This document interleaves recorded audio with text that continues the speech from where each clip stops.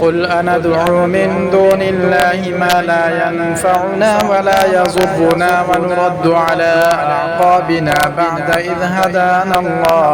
إذ هدانا الله كالذي استهوته الشياطين في الأرض حيران له أصحاب يدعونه إلى الهدى ائتنا قل إن هدى الله هو الهدى وأمرنا لنسلم لرب العالمين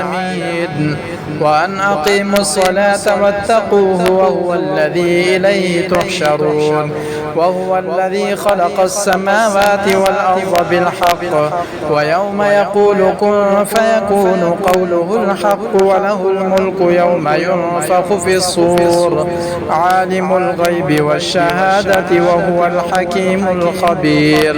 وإذ قال إبراهيم لأبيه آزر أتتخذ أصناما آلهة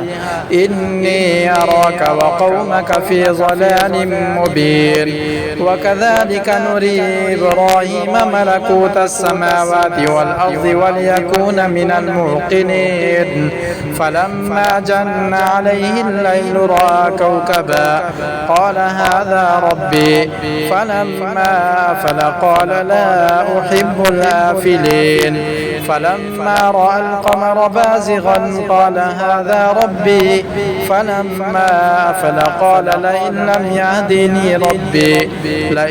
يهدني ربي لأكونن من القوم الضالين فلما رأى الشمس بازغة قال هذا ربي هذا أكبر فلما أفلت قال يا قوم إني بريء مما تشركون إني وجهت وجهي للذي فطر السماوات والأرض حنيفا وما أنا من المشركين وحاجه قومه قال أتحاجوني في الله وقد هدان ولا أخاف ما تشركون به إلا أن يشاء ربي شيئا وسع ربي كل شيء علما أفلا تتذكرون وكيف أخاف ما أشركتم ولا تخافون أنكم أشركتم بالله ما لم ينزل به عليكم سلطانا فأي الفريقين أحق بالأمن إن كنتم تعلمون الذين آمنوا ولم يلبسوا إيمانهم بظلم